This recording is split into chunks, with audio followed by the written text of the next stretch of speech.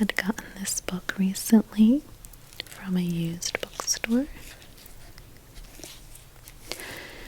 And you can see that it is all about love letters from people throughout history,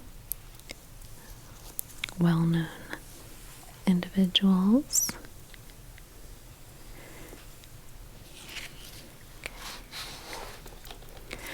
So I thought it would be interesting to take a look at some of these. So in the contents, we can see that it is divided into different sections, going by sort of the nature of the letter. So some are considered to be declarations of love. Some are pleas. Then we have rejections.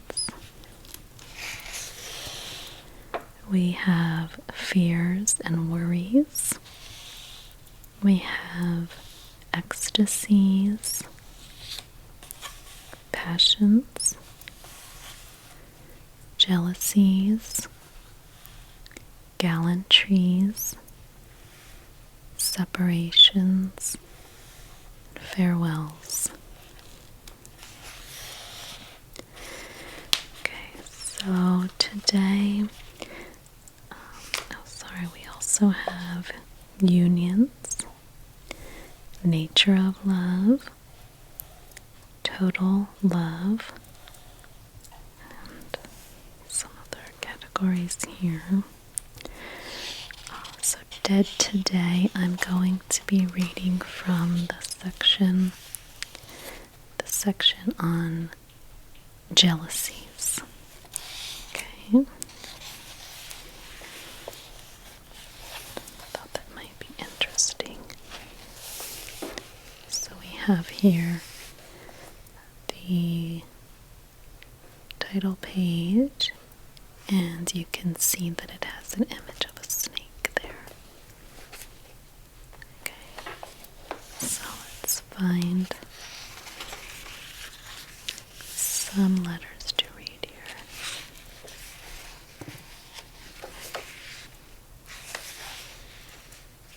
I think we'll start with this one here.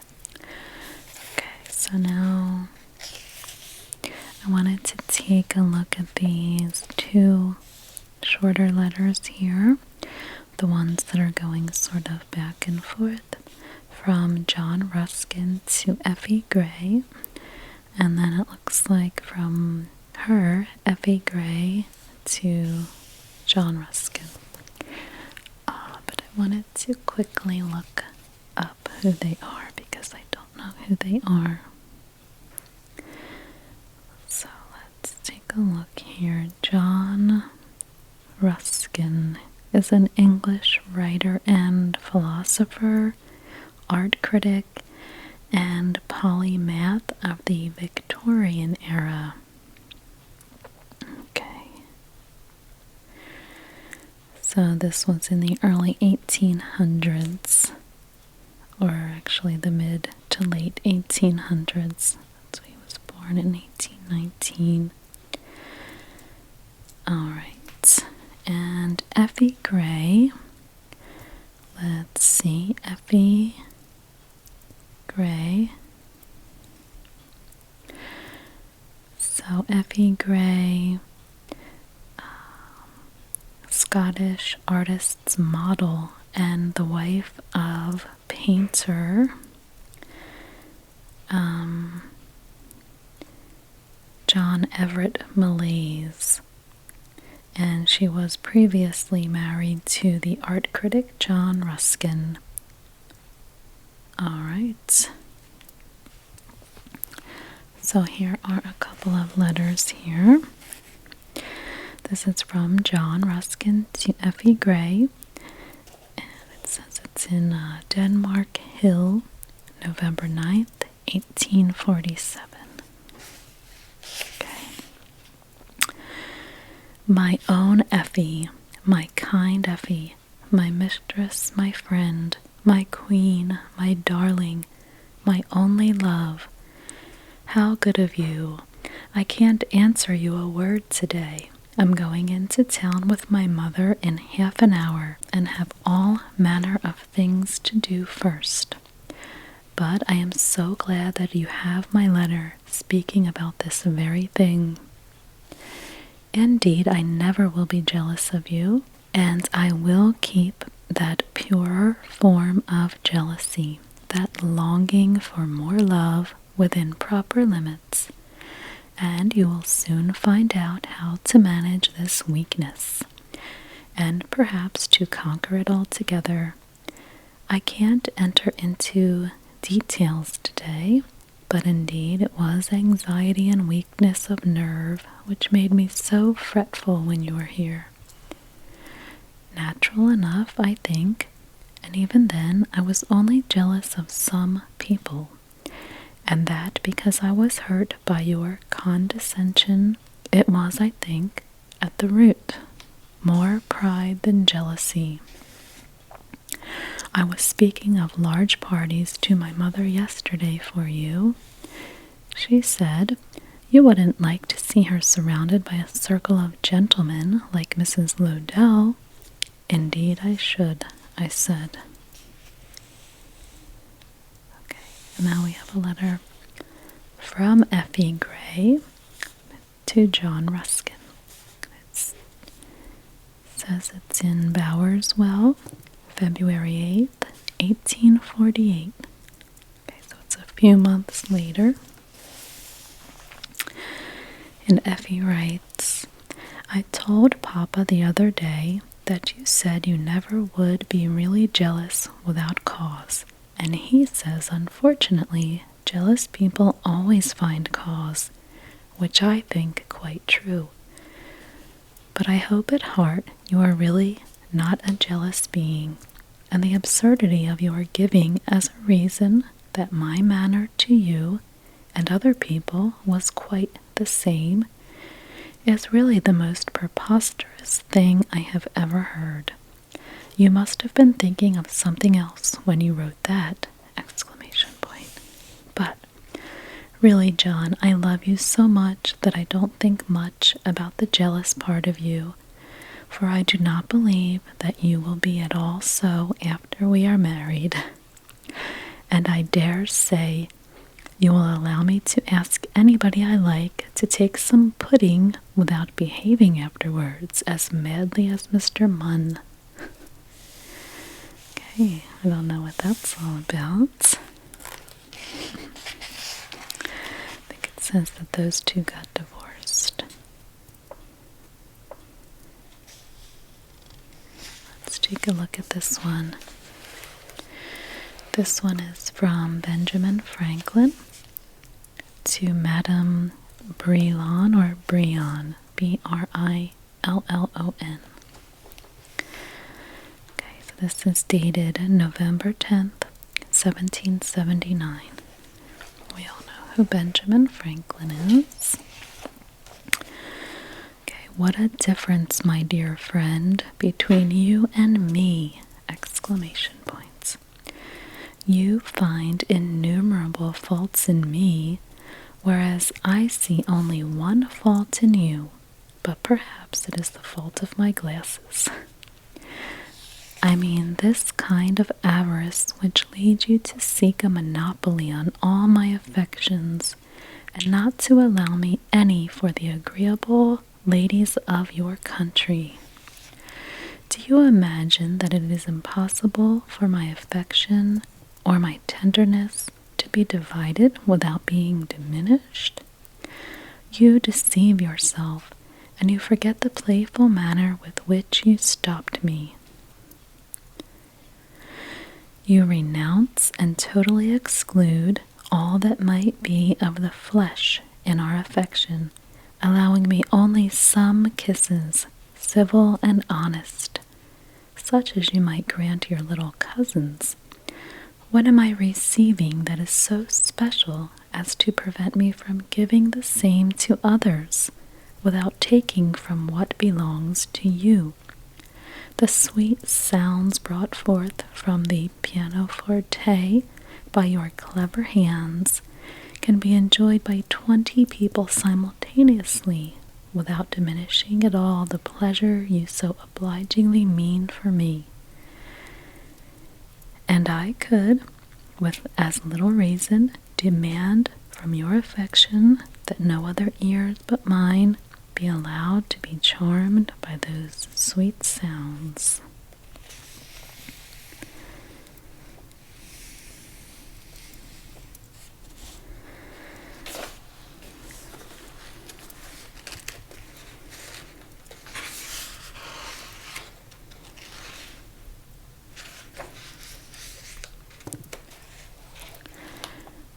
Alright, so let me see.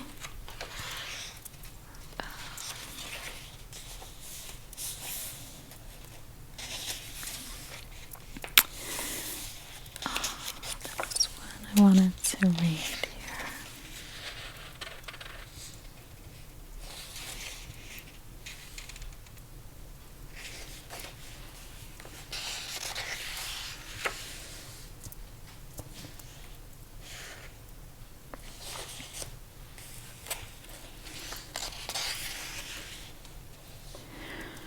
Okay, so this is Zelda Fitzgerald to F. Scott Fitzgerald. This is a really short one.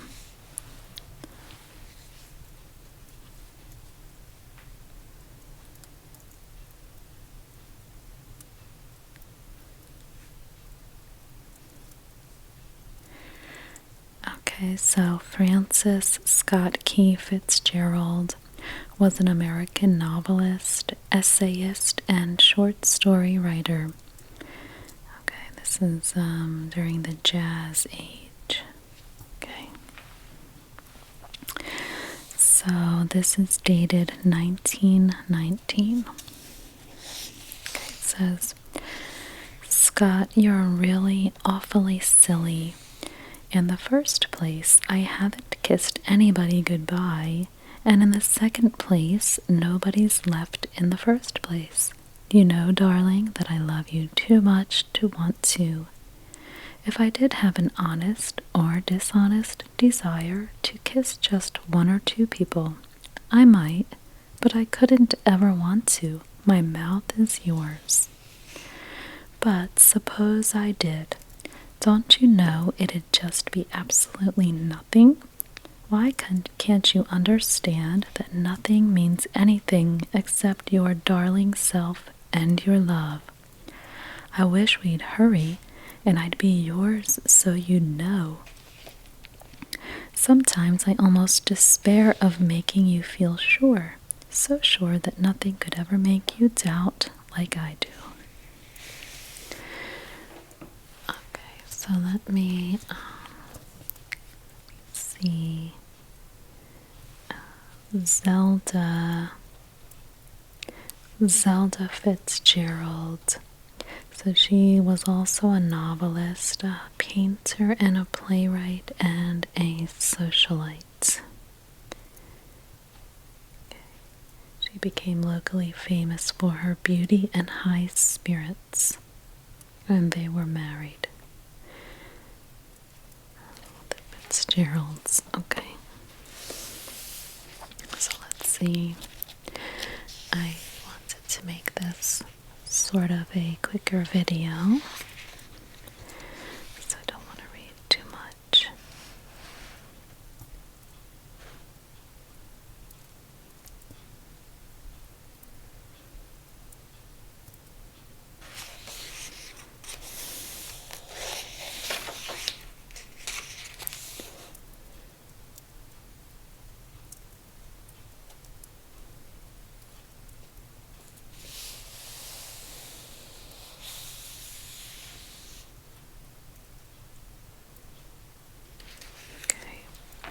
So we have this letter here, and this is from Ida John. Let's see, I don't know who that is. Ida John.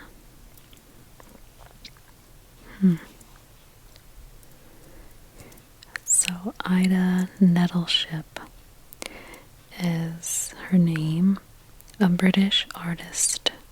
She was the first wife of artist Augustus John, and she is writing to Dorothy McNeil. Okay, so she is writing to Dorelia or Dorothy McNeil.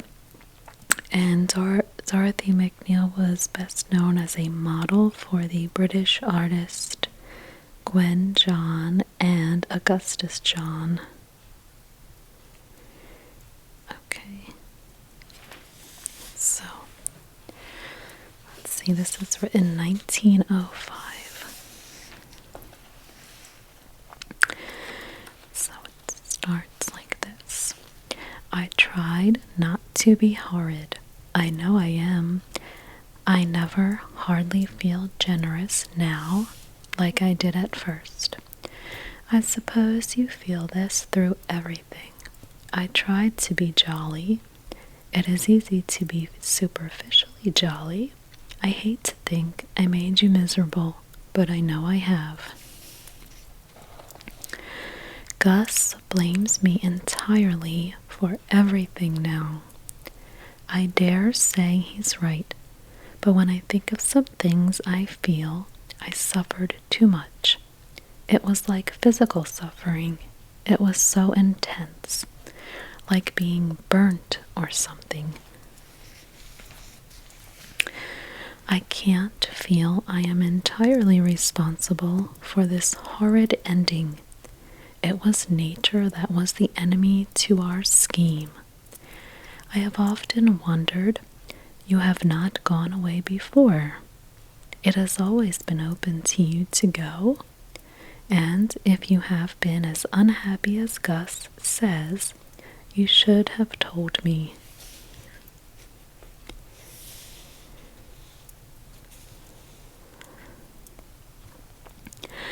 I do not think it likely Gus and I can live together after this. I want to separate. I feel sick at heart. At present, I hate you generally, but I don't know if I really do. It is all impossible now, and we are simply living in a convention, you know, a way of talking to each other which has no depth or heart. I should like to know if it gives you a feeling of relief and flying away to freedom to think of going.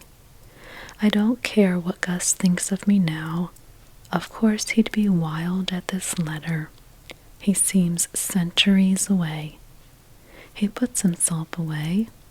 I think he's a mean and childish creature, besides being the fine old chap he is. I came here in order to have the rest cure, and I am, but it makes things seem worse than if one is occupied. But of course it will all come all right in the end. I know you and Gus think I ought to think of you as the sufferer, but I can't. You are free. The man you love at present loves you. You don't care for convention or what people think. Of course, your future is perilous, but you love it. You are a wanderer. You would hate safety and cages. Why are you to be pitied? It is only the ones who are bound who are to be pitied, the slaves. It seems to me utterly misjudging the case to pity you. You are living your life. You chose it. You did it because you wanted to, didn't you? Do you regret it? I thought you were a wild, free bird who loved life in its glorious hardships. If I am to think of you as a sad female who needs protection, I must indeed change my ideas. and yet Gus seems to think it is all your sorrow. I do not understand. It was for your freedom and all that you represented I envied you so. Because you meant to Gus all that lay outside the dull home, the unspeakable fireside, the gruesome dinner table, that I became so hopeless. I was the chain. You were the key to unlock it. This is what I have been made to feel ever since you came. Gus will deny it, but he denies many facts which are daily occurrences, apparently denies them because they are true, and he wants to pretend they aren't. One feels what is, doesn't one? Nothing can change this fact. You are the one outside who calls a man to apparent freedom, and wild rocks and wind and air, and I am the one inside who says come to dinner, and whom to live with is apparent slavery. Neither Gus nor I are strong enough to find freedom in domesticity, though I know it is there. You are the wild bird. Fly away. As Gus says, our life does not suit you. He will follow, never fear. There was never a poet could stay at home. Do not think I consider myself to be pitied either. I shudder when I think of those times, simply because it was pain. It has robbed me of the tenderness I felt for you, but you can do without that, and I would do anything for you if you would ever ask me to. You still seem to belong to us. Okay.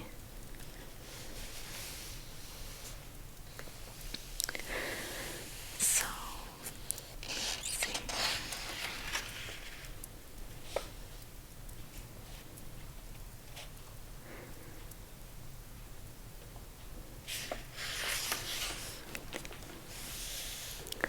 So let's have a look at this one here. This is Wolfgang Amadeus Mozart to Constance Weber. And we know Wolfgang was a composer, I believe in the 1700s. Okay. So this is from April 29th, 1782 in Vienna. Okay. So it says, "Dearest, my beloved friend, exclamation point. Surely you will still allow me to address you by this name? Question mark. Surely you do not hate me so much that I may be your friend no longer, and you no longer mine? Question mark. And even if you will not be my friend any longer, yet you cannot forbid me to wish you well, my friend, since it has become very natural for me to do so. Do think over what you said to me today. In spite of all my entreaties, you have thrown me over 3 times and told me to my face that you intend to have nothing more to do with me." And then in parentheses, "to whom it means more than it does to you to lose the object of my love. Am not so hot-tempered, so rash, and so senseless as to accept my dismissal. I love you far too well to do so. I entreat you, therefore, to ponder and reflect upon the cause of all this unpleasantness, which arose from my being annoyed that you were so impudently inconsiderate as to say to your sisters, and be it noted in my presence, that you had let a chapeau measure the calves of your legs. No woman who cares for her honor can do such a thing. It is quite a good maxim to do as one's company does. At the same time, there are many other factors to be considered, as, for example, whether only intimate friends and acquaintances are present, whether I am a child or a marriageable girl, more particularly, whether I am already betrothed, but above all, whether only people of my own social standing or my social inferiors, or, what is even more important, my social superiors are in the company? Question mark. If it be true that the Baroness herself allowed it to be done to her, the case is still quite different, for she is already past her prime and cannot possibly attract any longer. And besides, she is inclined to be promiscuous with her favors.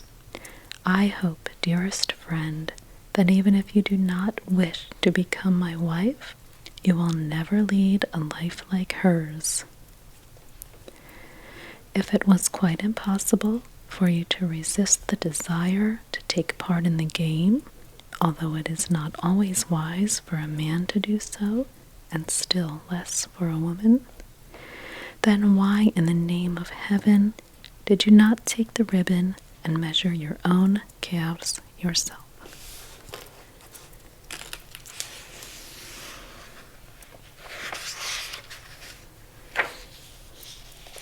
As all self-respecting women have done on similar occasions in my presence, and not allow a chapeau to do so. Why, I myself, in the presence of others, would never have done such a thing to you. I should have handed you the ribbon myself. Still less, then, should you have allowed it to be done to you by a stranger, a man about whom I know nothing. But it is all over now, and the least acknowledgment of your somewhat thoughtless behavior on that occasion would have made everything all right again. And if you will not make a grievance of it, dearest friend, everything will still be all right. You realize now how much I love you. I do not fly into a passion as you do. I think, I reflect, and I feel. If you will but surrender to your feelings, then I know that this very day I shall be able to say with absolute confidence that Constance is the virtuous, honorable, prudent, and loyal sweetheart of her honest and devoted Mozart.